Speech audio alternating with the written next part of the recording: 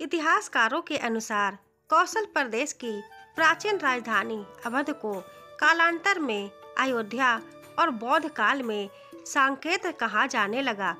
अयोध्या मूल रूप से मंदिरों का शहर था। हालांकि यह आज भी हिंदू, बौद्ध एवं जैन धर्म के जुड़े मंदिरों के अवशेष देखे जा सकते हैं। जैन मत के अनुसार यहाँ आदिनाथ सहित 5 तीर्थंकरों का जन्म हुआ था। बौद्ध मत के अनुसार यहाँ भगवान बुद्ध ने कुछ माह विहार किया था। अयोध्या को भगवान श्री राम के पूर्वज विवस्वान के पुत्र विवस्वत मनु ने बसाया था। तभी से इस नगरी पर सूर्यवंशी राजाओं का राज महाभारत काल तक रहा। यहीं पर प्रभु श्री राम का दशरथ के महल में जन्म हुआ। महर्षि वाल्मीकि ने भी रामायण में जन्मभूमि की शोभा एवं महत्ता की तुलना दूसरे इंद्रलोक से की है।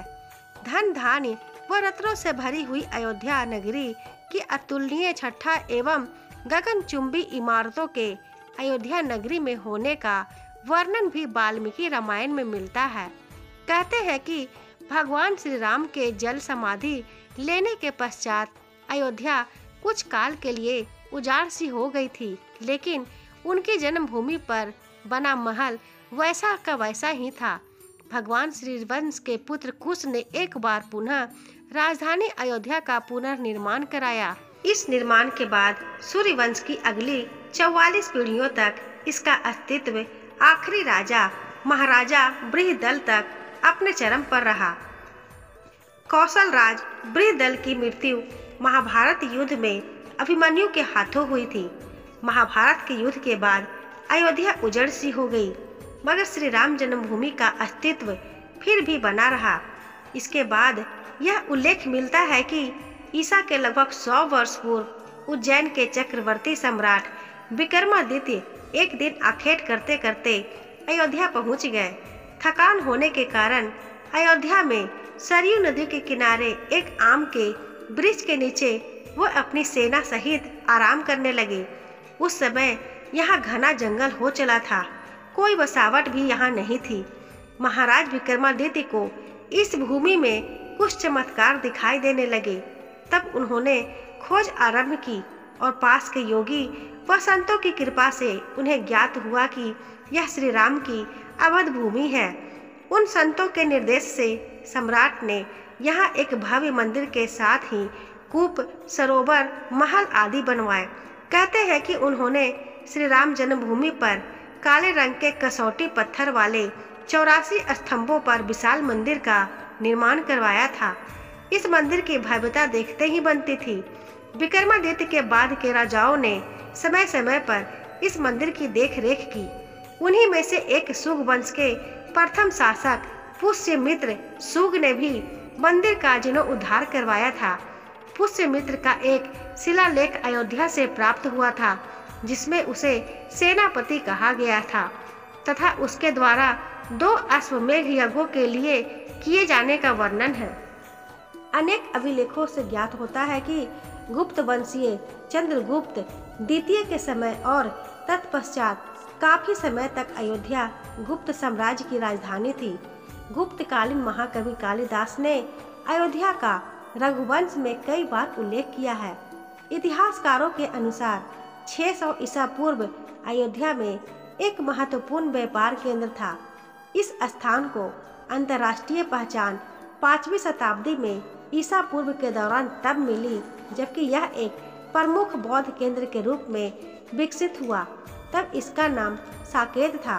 कहते हैं कि चीनी भिक्षु का फाहियान ने यहाँ देखा कि कई बौद्ध मठों का रिकॉर्ड रखा गया है और यहाँ पर 7वीं शताब्दी में चीनी यात्री हेंस सांग आया था। उसके अनुसार यहाँ 20 बौद्ध मंदिर थे तथा 3000 भिक्षु रहते थे और यहाँ हिंदुओं का एक प्रमुख और भव्य मंदिर भी था, जहाँ रोज हजारों की संख्या में लोग दर्शन करने आते थे। इसके बाद ईसा की 11वीं शताब्दी में कन्नौज नरेश जयचंद आया तो उसने मंदिर पर सम्राट विक्रमादित्य के प्रशंसित शिलालेख को उजाड़कर अपना नाम लिखवा दिया। पानीपत के युद्ध के बाद जयचंद का भी अंत हो गया। इसके बाद भारतवर्ष पर आक्रांताओं का आक्रमण और बढ़ गया। आक्रमणकारियों ने काशी मथुरा के साथ ही अयोध्या में भी लूटपाट की और पुजारियों की हत्या कर मूर्तियां तोड़ने का क्रम जारी रखा। लेकिन 14वीं सदी तक वे अयोध्या में राम मंदिर को तोड़ने में सफल नहीं हो पाए। विभिन्न आक्रमणों के बाद भी सभी झंझावातों को झेलते हुए श्री राम की जन्मभूमि पर बना भव्य मंदिर 14वीं शताब्दी तक बचा रहा। कहते हैं कि सिकंदर लोदी के शासनकाल के दौरान यहाँ मंदिर मौजूद था। 14वीं शताब्दी में हिंदुस्तान पर मुगलों का अधिकार हो गया और उसके बाद ही राम जन्मभूमि एवं अयोध्या को नष्ट करने के लिए कई अभियान चलाए गए। अंततः 1527 ईस्वी से 1528 ईस्वी में इस भव्य मंदिर को तोड़ दिया गया और उसकी जगह बाबरी ढांचा खड़ा किया गया। कहते हैं कि मुगल साम्राज्य के संस्थापक बाबर के एक सेनापति ने बिहार अभियान के समय अयोध्या में श्री राम के जन्म स्थान पर स्थित प्राचीन और भव्य मंदिर को तोड़कर एक मस्जिद बनवाई थी, जो 1992 तक विद्यमान रही। बाबरनामा के अनुसार 1528 में अयोध्या पड़ाव के दौरान बाबर ने मस्जिद निर्माण का आदेश दिया था। अयोध्या में बनाई गई मस्जिद में खुदे 2 संदेशों से इसका संकेत भी मिलता है। इसमें एक खास तौर से उल्लेखनीय है। इसका सार है, जन्नत तक इसके न्याय के चर्चे हैं। ऐसे महान शासक बाबर के आदेश पर दयालु मीर बकी ने फरिश्तों की इस जगह को मुकम्मल रूप दिया।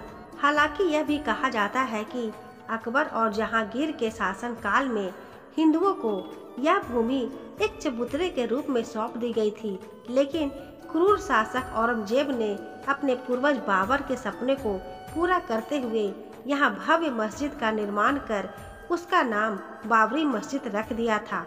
1989 में विश्व हिंदू परिषद ने राम मंदिर निर्माण के लिए अभियान तेज किया और विवादित स्थल के नजदीक राम मंदिर की नींव रखी। इसी वर्ष इलाहाबाद उच्च न्यायालय ने आदेश दिया कि विवादित स्थल के मुख्य द्वारों को खोल देना चाहिए और इस जगह को हमेशा के लिए हिंदुओं को दे देना चाहिए। 30 अक्टूबर 1990 को हजारों राम भक्तों ने मुख्यमंत्री मुलायम सिंह यादव द्वारा खड़ी की गई अनेक बाधाओं को पार कर अयोध्या में प्रवेश किया और विवादित ढांचे के ऊपर भगवा ध्वज फहरा दिया। लेकिन 2 नवंबर 1990 को मुलायम सिंह यादव ने कार सेवकों पर गोली चलाने का आदेश दिया, जिसमें सैकड़ों राम भक्तों ने अपने जीवन की आहुतियां दी। सरयू तट राम भक्तों की लाशों से पट गया था। इस हत्याकांड के बाद अप्रैल 1991 को उत्तर प्रदेश के तत्कालीन मुख्यमंत्री मुलायम सिंह यादव को इस्तीफा देना पड़ा। इसके बाद लाखों राम भक्त 6 दिसंबर को कार सेवा हेतु अयोध्या पहुंचे। 6 दिसंबर 1992 को बाबरी ढांचा ढहा दिया गया, जिसके परिणाम स्वरूप देश भर में दंगे हुए। इसी मसले पर विश्व हिंदू परिषद के नेता अशोक सिंघल, भाजपा नेता आडवाणी, यूपी के पूर्व मुख्यमंत्री कल्याण सिंह, मुरली मनोहर जोशी और मध्य प्रदेश के पूर्व सीएम उमा भारती सहित 13 नेताओं के खिलाफ आपराधिक साजिश का मुकदमा चलाने की मांग की गई। दिसंबर 1992 को जब विवादित ढांचा गिराया गया, उस समय राज्य में कल्याण सिंह की सरकार थी। उस दिन सुबह करीब 10:30 बजे हजारों लाखों की संख्या में कार सेवक पहुंचने लगे। दोपहर में 12 बजे के करीब कार सेवकों का एक बड़ा जत्था मस्जिद की दीवार पर चढ़ने लगता है। लाखों की भीड़ को संभालना सभी के लिए मुश्किल हो गया। दोपहर के 3:40 पर पहला गुंबद भीड़ ने तोड़ दिया और फिर 5 बजने में जब 5 मिनट का वक्त बाकी था, तब तक पूरे का पूरा विवादित ढांचा जमींदोज हो चुका था। भीड़ ने उसी जगह पूजा अर्चना की और रामशिला की स्थापना कर दी। पुलिस के आला अधिकारी मामले की गंभीरता को समझ रहे थे। गुंबद के आसपास मौजूद कार सेवकों को रोकने की हिम्मत किसी में नहीं थी। मुख्यमंत्री कल्याण सिंह का साफ आदेश था कि कार सेवकों पर गोली नहीं चलेगी। 1527 ईस्वी से 1528 ईस्वी में बाबर के सेनापति मीर बाकी ने अयोध्या में श्री राम जन्मभूमि पर मंदिर को तोड़ा था, जिसका पंडित देवी दीनमाल पांडे के नेतृत्व में युद्ध के रूप में पहला विरोध किया गया था। तब से लेकर आज तक 77 से अधिक युद्ध और सैकड़ों दंगे हो चुके हैं, जिसमें लाखों कार सेवकों की जानें चली गई।